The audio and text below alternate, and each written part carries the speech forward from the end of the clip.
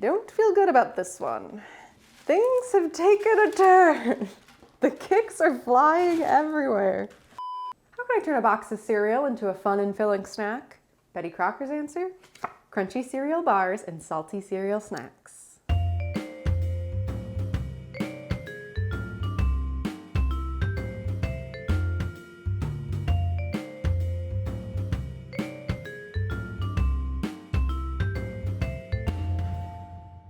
I'm Melinda and I'm cooking my way through Betty Crocker's 1971 recipe card library. Today is National Cereal Day, and so I thought to celebrate, let's make a bunch of cereal snacks. I have 2 recipe cards here, both from section M, snacks around the clock. Card number 4 is crunchy cereal bars, and there's 2 recipes on this card. We're gonna make both of them. We're making fruity cereal squares, which use fruit-flavored gelatin and Trix cereal, and then we're also making pudding squares, which use pudding mix, peanut butter, and Kix cereal. Very excited to try both of these. So if we're gonna have some sweet, we might as well have some savory, right? So here are salty cereal snacks, which includes nuts and bolts, which is really fun. It's kind of a mix of Cheerios and mixed nuts, pretzels, some other fun things. And then we're also gonna make Cheesios, which is kind of a Parmesan crusted Cheerio. I'm very excited to try all these out. And I think, you know, we're gonna try all 4 and we're gonna see which cereal snack reigns supreme, okay? So let's get started. We've talked about Cheerios on this channel before, but let's dig into the history of the other cereals we're using today. Trix debuted in 1954 as the first fruit-flavored cereal. It was originally round balls, and the cereal came only with 3 flavors, raspberry, orange, and lemon. Despite the popular tagline, Trix are for kids, General Mills didn't set out to make a kid's cereal. They just found children were attracted to the bright colors and pivoted their advertising accordingly, including the famous Trix rabbit. He became a favorite mascot for children. It was used in comics, commercials, and many promotional contests aiming to sell more cereal, where box tops could be traded in for things like walkie-talkies, pillowcases, and alarm clock. Well, what about Kix? This one's got a longer history. Born in 1937, Kix was the first ever puffed cereal. Before this invention, all cereals were either oat or cornflake based. So during the Great Depression, General Mills was looking for new innovative products that could keep customers purchasing and save jobs at the company. So they turned to Thomas James, an engineer in the mechanical experimental department, to develop what they called a puffing gun. Soggy cereal was loaded into a revolving barrel where heat and pressure slowly grew inside. When the pressure reached about 100 pounds, the gun was flipped over, aimed at a wire screen, and when the trigger was pulled, boom, a shower of Kix erupted from the gun. It was a first of its kind cereal. Kix didn't turn soggy in milk and contained more vitamins. In 1979, Kix introduced the catchphrase, kid tested, mother approved, because it's a relatively healthy option for children to eat, especially compared to Trix, which has over 4 times the amount of sugar. So let's see how both these cereals do in our sweet treats today.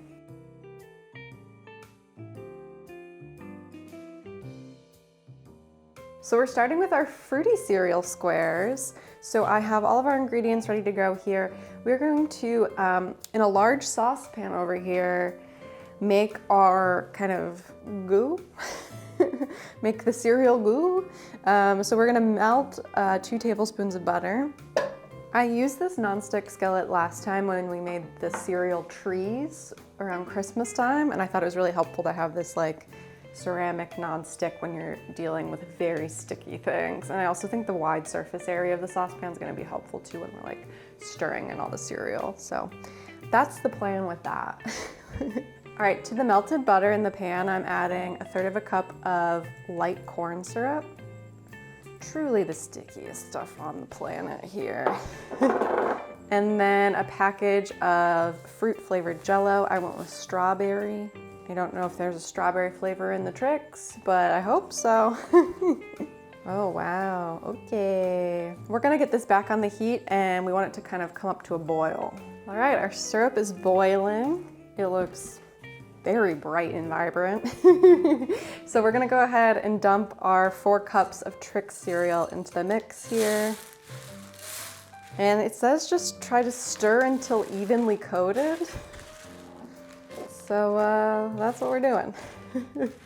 Okay, I see a big clump of dry Trix. Let's get going. Let's get in the mix here. It looks kind of bloody. Should I have picked a not red fruit flavor? I mean, when you say fruit flavor, you're thinking strawberry or cherry, right? You're not thinking pineapple. Just a nice red cereal bar. What color are they on here? Oh yeah, they're not. Why did I look at the photo? They're not red in the photo.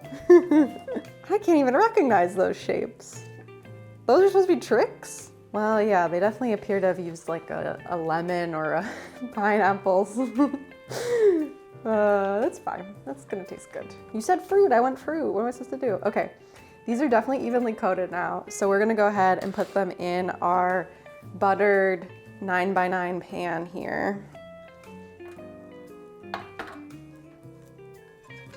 And I'm just gonna try to press everything down. You want it to be kind of even. I'm seeing some kind of air pockets. Ooh, I know what would be helpful. I think to protect my hand, I'm gonna go in and kind of push it down like this with the paper bag. That was boiling liquid. Cute. It says to cover and chill until set for about 30 minutes, so we'll go ahead and get this in the fridge and then we'll start on the next one. All right, now we're gonna do the same thing for the pudding squares. So we are going to heat the pudding mix and corn syrup, no butter this time, over medium heat. So I'm gonna go ahead and drop the corn syrup in. And then we have some chocolate Jell-O pudding mix. The recipe said we could use chocolate, butterscotch, or vanilla, but I thought chocolate and peanut butter is such a good combination. I thought it would be perfect for this recipe. So we're gonna add the chocolate pudding mix in as well. Yeah, I'm just gonna mix this together. It seems like way more pudding powder than corn syrup, which concerns me. But let's see what happens. Okay, we're gonna take this off the heat. It's kind of boiling.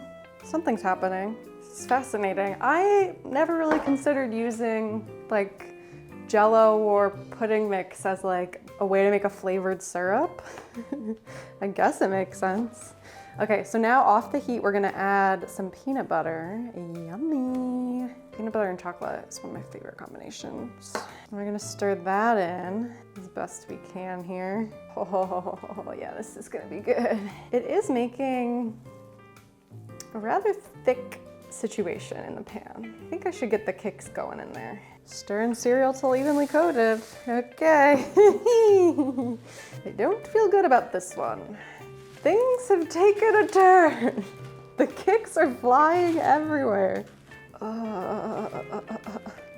It makes sense that we're using Kix and Trix in this recipe because they are both General Mills products. Betty Crocker's owned by General Mills. If you didn't know, now you know. The whole point of this recipe card library is to cross-promote other products.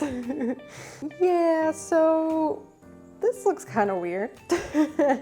I think it's gonna firm up, I hope. I hope even despite not having like the same level of coverage, we still get like a firm like bar out of it. I hope it doesn't just like crumble when you cut the bars. Okay. This one you don't put in the fridge, you just let it cool until it's firm. So, okay. Moving on to our nuts and bolts. We're gonna start by blending together a kind of dressing that we're gonna put over the snack ingredients. So I have a half a cup of vegetable oil here. And then I have 2 tablespoons, or teaspoons rather, of Worcestershire sauce. I love Worcestershire sauce. I think it really adds a lot of flavor to the kind of stuff that we make on this channel. It's just like perfectly like umami, savory. Ooh, it's gonna make this good. Then I have a little bit of regular salt and garlic salt. Again, I'm gonna get that nice garlicky flavor in the mix. And then I'm just gonna blend this together as best we can here. Okay. Looks blended to me. Now let's assemble our nuts and bolts. So in a 9x13 baking dish, we're just gonna put a bunch of snack stuff. So first of all, we need 2 cups of Cheerios. I accidentally bought, it wasn't an accident, it was what was available. These limited edition Cheerios that are heart-shaped. But that's fine. Then I need 1.5 cups of seasoned croutons. I'm making half a recipe, so that means I need a half cup and a quarter cup, 3/4 of a cup. 3/4 of a cup, seasoned croutons, sure. Those are big. Then we need half a cup of pretzel sticks. Just gonna eyeball that. That's not much. Should I just make the full batch? Instead of half a batch? Should I go wild and crazy? Maybe I'll do the full batch. Why not? More of everything. More, more, more. I was barely measuring to begin with.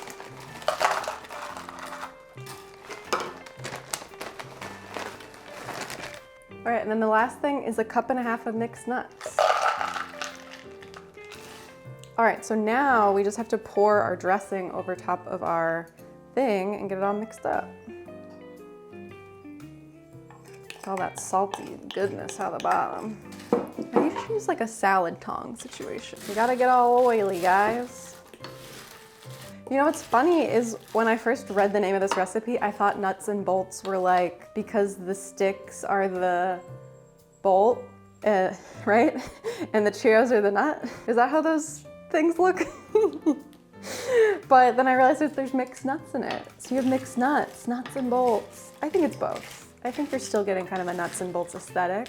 All right, so this is gonna go in a 275-degree oven for 45 minutes. We're really just trying to bake that dressing flavor into the ingredients so that it gets nice and like toasty and delicious. All right, the nuts and bolts are out of the oven. It's time to make our final of the 4 cereal snacks, the cheesy O's. And so what I've done here is in the same 9x13 dish, I melted some butter in the oven and then I pulled it back out, and now we're gonna just add 2 simple ingredients to the butter, and that is some Cheerios and some Parmesan. So I have, let's go with 2.5 cups of Cheerios, and then I have some Parmesan cheese, and we're just gonna mix that up. Mix well, bake uncovered, 10 minutes. Seems kind of the name of the game with all 4 of our recipes today is like, how do you get the cereal well covered in these things? Like some of it looks drier, some of it looks wetter. All right, so this is gonna go back in the oven for about 10 minutes and then we'll be ready to snack. While our cheesy O's are in the oven, let's go ahead and try to cut up our cereal bars. So I think I'm gonna start with the peanut butter chocolate one. It did kind of solidify. I just popped it out and it seems like it's one big square. So let's see what happens when I flip it over. Ooh! Okay, can we cut it up? That's the question. We're supposed to cut it into 1.5 inch by 1.5 inch squares. Okay, yeah, maybe we just cut it into 5 by 5, because then you get 25 squares. Okay, let's try that. I'll try it. I'll try 5 by 5. We'll see what happens. Here we go. Okay.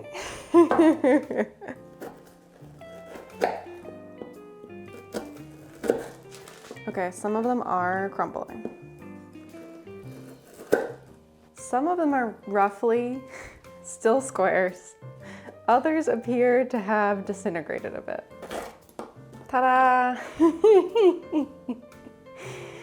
I mean, they are bars, but they are very strange in shape. Okay, let's move on to the other one. Okay, now the same thing goes for our fruity bars. Let's try to flip them out. Come on. Oh, hello. Hello. I think these are gonna cut way better. It feels way more stable. Smells delicious. Smells fruity. Okay, I think this time I'm gonna do 6 because it was a 9 by 9 pan. So we'll see how that turns out. Whoa, whoa. Okay, let's keep going. Okay, it's kind of breaking up like a like a peppermint bark. It's not really cutting the way I would like it to. And it keeps flying onto the ground. What the heck? Should I be doing this differently? All right, I moved it on top of like a proper cutting board. I'm hopeful that that helps. I don't know. I also tried a serrated knife. That didn't do anything. Let's see here. Let's see if this next row will go better. Ugh, not great. It seems like there's like holes or like gaps where like there's no goo and no cereal, and those air pockets are what's like breaking apart funny when you cut. It's like we're getting some squares, but similar to the other ones, like the squares are like kind of bizarre shaped. Pretty messy. It's a pretty messy process here. Okay, ta-da! Let's give all our snacks a taste. It's time to try our cereal snacks. We got a lot to work through today, so let's get started. I'm gonna start with the Cheezios. They look like Cheerios in a bowl, so yeah. And it tastes like Cheerios. I'm getting almost like a popcorn flavor out of it, like a buttered popcorn vibe. I'm not tasting the Parmesan. I wouldn't say these are super cheesy Cheezios. Maybe I'd do more Parm next time, but really good. And a pretty easy snack to make, like with things you probably already have lying around: butter, Cheerios, Parmesan cheese.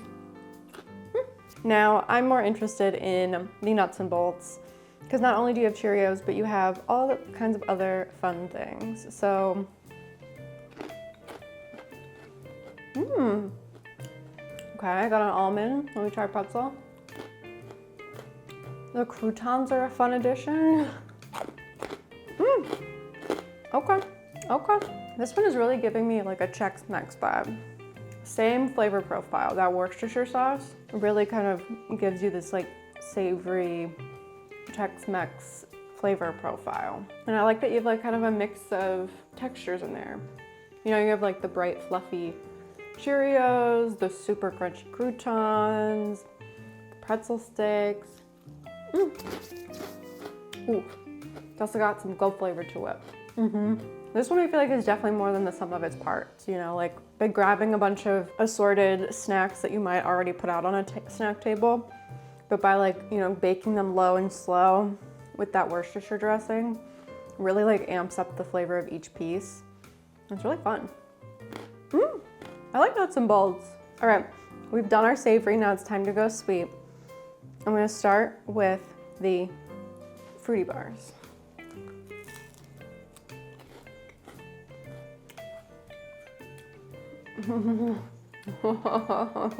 You're taking the flavor of Trix and you're amplifying it by putting that strawberry syrup on it. It's just like Trix, but even more. I was afraid it was gonna be hard to bite through, but it's very like fluffy crunchy. They were called crunchy cereal bars. This makes sense. It's hard to eat a lot of that. I think the little 1-inch squares that I cut, that's all you need. Well, 1-inch square of that. It's very, very sweet and like very like artificial fruity. It tastes good. All right, finally I'm going in on the peanut butter chocolate Kix crunchy cereal bar.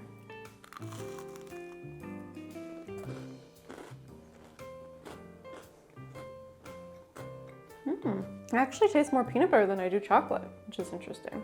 The Kix on their own are a very like mild flavor. They don't bring too much to the table aside from like fluffy, crunchy texture. So it really is like the peanut butter and chocolate doing the heavy lifting here. It is interesting, the like chocolate goo, because it is still a bit like sticky or gummy. It doesn't feel like it's like penetrated the cereal in the same way that it has the Fruity Bars. I really think maybe I cooked that for too long. Maybe it needs some more liquid in it. Like it just got really thick really fast, and now I'm paying the price by having a less kind of cohesive cereal bar. It was still pretty good. All right, cereal snacks. These were really fun. I feel like these would be really easy to whip up if you just like don't have a ready to go snack, but you have some of these ingredients in your cupboard. Like it used a lot of pantry items like cereal and Jell-O mix and some sugar. That's kind of all you need. I would say the nuts and bolts are definitely my favorite out of the two savories. And the Fruity Bars are my favorite out of the two bars. But I think the nuts and bolts have to take it overall. They're pretty fun, pretty cute, pretty simple. I think I'm gonna give them both. I'm gonna give salty cereal snacks a 4 out of 5, and I'm gonna give crunchy cereal bars a 3 out of 5 red spoons. All right, back in the box. Thank you so much for watching. If you enjoyed this episode, I've made other fruity treats with Trix before, so check out Banana Bob's next. Be sure to give this video a thumbs up, subscribe to my channel if you aren't already, and until next time, happy homemaking.